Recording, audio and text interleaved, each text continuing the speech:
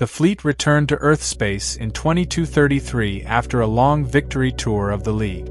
It had been reduced to less than a third of its original strength. Hundreds of ships had been destroyed, while other still functional vessels had proved themselves inadequate to the demands of modern warfare. Still, the Navy had learned a great deal about space combat, while salvaged ships from the Dilgar and League fleets brought new technologies to Earth Force R&D. The EF's crews were broken up and reassigned all over the fleet, so the techniques learned during the Long War were spread to the rest of Earth Force. A new generation of officers experienced in dealing with alien races and long-term space travel rose up, drawn from the veterans of the Dilgar War. During the war, the Alliance also developed and deployed the Starfury Nova, a craft made possible through the direct application of technology taken from captured Dilgar Thorons. This fighter proved only a stepping stone to the more powerful and capable Aurora-class Starfury, redevelopment of the old Nova that incorporated Dilgar-designed stabilizers and combat software which remains in service today. The other great prize of the war was pulse cannon technology, which quickly became one of the primary weapons used by many Alliance designs. Although the Starfury Nova was quickly obsolete and removed from the inventory, its name continues to live on in the Nova Dreadnought, a powerful gunship introduced in the prototype from during the war and later fitted with combined laser/pulse weapons. Few ships of the era could stand up to a ship of this level of firepower in a head-to-head shooting match.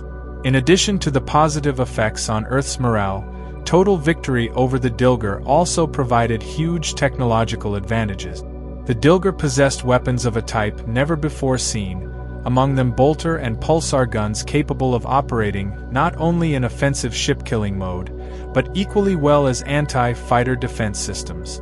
These weapons led directly to the invention of the first pulse cannon by Earth Force in 2240, and corresponding improvements to ship designs like the Hyperion, Olympus, Artemis, Tethys, and Sagittarius. Many of these classes getting improved sensor and fusion reactor upgrades that increased their speed and range. Orbital satellites and Orion space stations also benefited from new tech as well. Earth would also use these new technologies to construct the first Explorer-class ship. The first one, launched in 2243, were massive vessels, bigger than any other ship built before. While the Army had suffered only minor losses during the Dilgar War, Command decided to re-equip the ground forces with a new generation of tanks and ground vehicles. Ground attacks during the Dilgar War had suffered terrible logistic problems. The Army was still using vehicles drawn from the vehicle pools of the various nation-states that contributed troops, so different divisions used different and incompatible tank models. Shipping spare parts and supplies across tens of parsecs had proved extraordinarily difficult during the war, so the Army switched over to using a single basis chassis on which different mission-specific turrets could be mounted. The war also saw a massive increase in recruitment, as thousands of young men and women rushed to enlist to fight the Dilgar after seeing images and news reports of Dilgar atrocities on other worlds. By 2240, there were over 2,000 new Earth Force personnel in service for every single one who died fighting the Dilgar. The military grew faster than most politicians felt comfortable with, and soon pressure was put on the military to slow down its recruiting and weapon production to redistribute money and resources to the civilian population.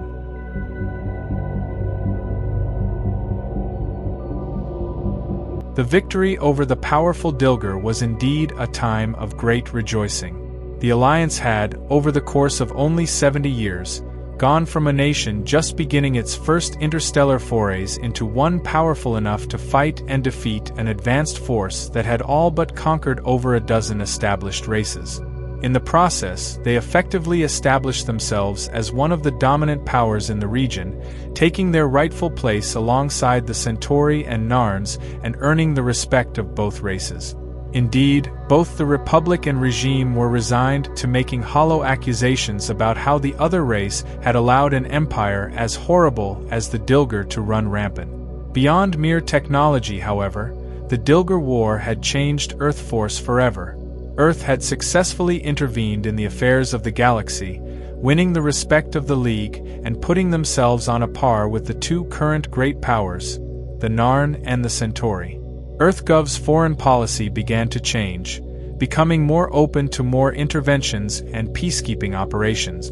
New ship designs were tested in clashes with Drazi rebels, with raiders, during the hunt for the surviving Dilgar, and in dozens of minor police actions within and just outside the borders of the Alliance. The period following the Dilgar War is often looked upon as the golden age of Earth Alliance power and influence. The races of the League all but fell over themselves in the rush to thank and reward the valiant Terrans, who sacrificed so much to liberate alien races many light years from their own territory, and in some cases whom they had never even met. Generous treaties were formed with most of these appreciative nations, and the Alliance was quite helpful in reconstruction efforts when possible. Some of the more xenophobic nations feared the Terrans would attempt to occupy and hold some of their captured territory, but these fears proved groundless. Earthdome had no intention of hanging on to systems located so far from their own borders, turning over the responsibility of guarding Amelos to the League in 2233 and formally abandoning all their logistics stations over the next several years. Some of these facilities were scuttled, while others were purchased by League races or fell into the hands of one power or another. One forward logistics base, located in the Tirith system, became the headquarters of the Tirith Free State, one of the more civilized raider bands, who used it to set up an independent nation of their own. Earth's economy was not harmed by the Dilgar conflict, but in fact showed remarkable improvement. The need for a strong military had been proven beyond a shadow of a doubt, and few citizens protested the replacement of lost units and concentration of effort on research and development. Exploration, which came virtually to a halt during the Dilgar invasion, resumed with a vengeance following the war. Earth's people were happy, its military was strong, and its reputation among the galactic powers was impeccable. The Alliance stood poised on the brink of true greatness. Spin-off technologies from the war and the reconstruction effort re-energized the sluggish Earth economy, which was then able to take advantage of the massive market offered by the League's rebuilding. Earth Force vessels were soon seen escorting massive trade convoys from Proxima and Earth, making their way to countless League worlds to help their rebuilding efforts and maintaining diplomatic relations. For many in the League, the Earth Alliance's goodwill and would end up being one-sided. By 2237, Earth Force had largely rebuilt the Navy, and the pressures of population and industrial demand for supplies called for a new phase of exploration. The first prototypes of the mighty Explorer-class vessels were built, and several Hyperions and Novas were given over to the newly formed Explorer Corps. Earth Force signed a new contract with salvage corporations like IPX, getting first refusal on any military technology uncovered by their efforts. Earth Force constructed a new network of hyperspace communications relays throughout the Alliance, linking distant outposts in near real-time communication with Earth. Logistics bases and defense satellites were constructed on dozens of worlds. As Earth Force pushed out, they encountered races such as the Pakma'are and Moradi, all of whom were cowed by the military might of the Alliance.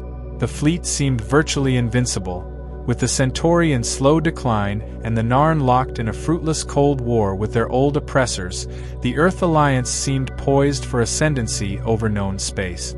By 2245, the Earth Alliance had pushed far beyond its original borders and had eclipsed the still mighty Centauri Republic as the preeminent military and economic power of the known galaxy. The most notable clash of the period was the brief bug war of 2240, when the game decided to test the Alliance's resolve. A surprise attack was launched on Seti Gamma, and tens of thousands of game warriors flooded onto the planet. Gropo's teams reinforced the colonial defenses, and the game were beaten back. The aliens abandoned their defeated foot troops, and instead sent diplomats to sign a non-aggression pact with the Alliance. Earth Force intelligence suspect that the attack was a test that Earth had passed, although why the game chose such a risky method to engage humanity remains a mystery for the xenopsychologists. Following the end of the game attacks, Earth also had to deal with a small incursion by a race called the Sodon. This race was nomadic and came from the rimward edge of Earth space. The attacks lasted for several months, but ended after they moved towards what would soon be known as Minbari space. This conflict would be one of the main reasons Earth would send an expedition to the region that would have horrific consequences. But the war did have one unfortunate side effect, however. Earth's pride became swelled to the point where its leaders and military officers possessed an inflated view of their own abilities and strength. Despite warnings from the Centauri and other races, they saw themselves as capable of anything and deserving of a proper level of respect from everyone they met. They had not yet learned the lesson that, despite all their accomplishments and apparent power, they were as gnats before some of the technologically advanced races lurking out there in the galaxy. This was a lesson they would soon learn the hard way.